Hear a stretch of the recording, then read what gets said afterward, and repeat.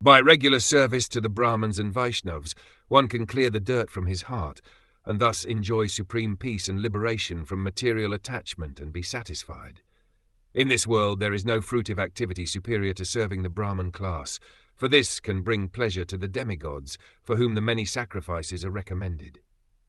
In Bhagavad Gita it is said, Prasade sarvadukanam hanir asyopajayat. Unless one is self-satisfied, he cannot be free from the miserable conditions of material existence. Therefore it is essential to render service to the Brahmins and Vaishnavas to achieve the perfection of self-satisfaction. Srila Narottam Das Thakur therefore says, Birth after birth I desire to serve the lotus feet of the acharyas and live in a society of devotees. A spiritual atmosphere can be maintained only by living in a society of devotees and by serving the orders of the acharyas. The spiritual master is the best Brahmin. At present, in the age of Kali, it is very difficult to render service to the Brahmin Kula or the Brahmin class. The difficulty, according to the Varaha Puran, is that demons taking advantage of Kali Yuga have taken birth in Brahmin families.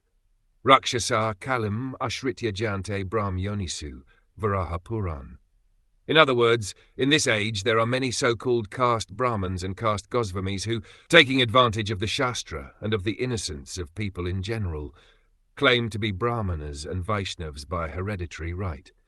One will not derive any benefit by rendering service to such false Brahman Kulas.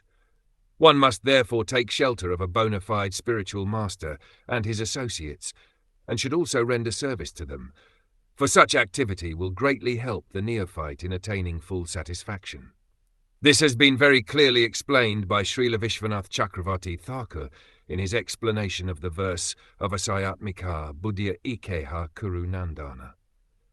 By actually following the regulative principles of Bhakti Yoga as recommended by Srila Narottam Das Thakur, one can very quickly come to the transcendental platform of liberation, as explained in this verse.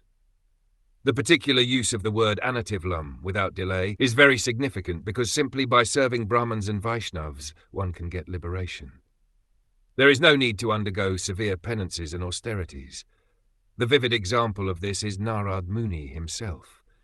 In his previous birth he was simply a maidservant's son, but he got the opportunity to serve exalted Brahmins and Vaishnavas, and thus in his next life he not only became liberated, but became famous as the supreme spiritual master of the entire Vaishnav disciplic succession.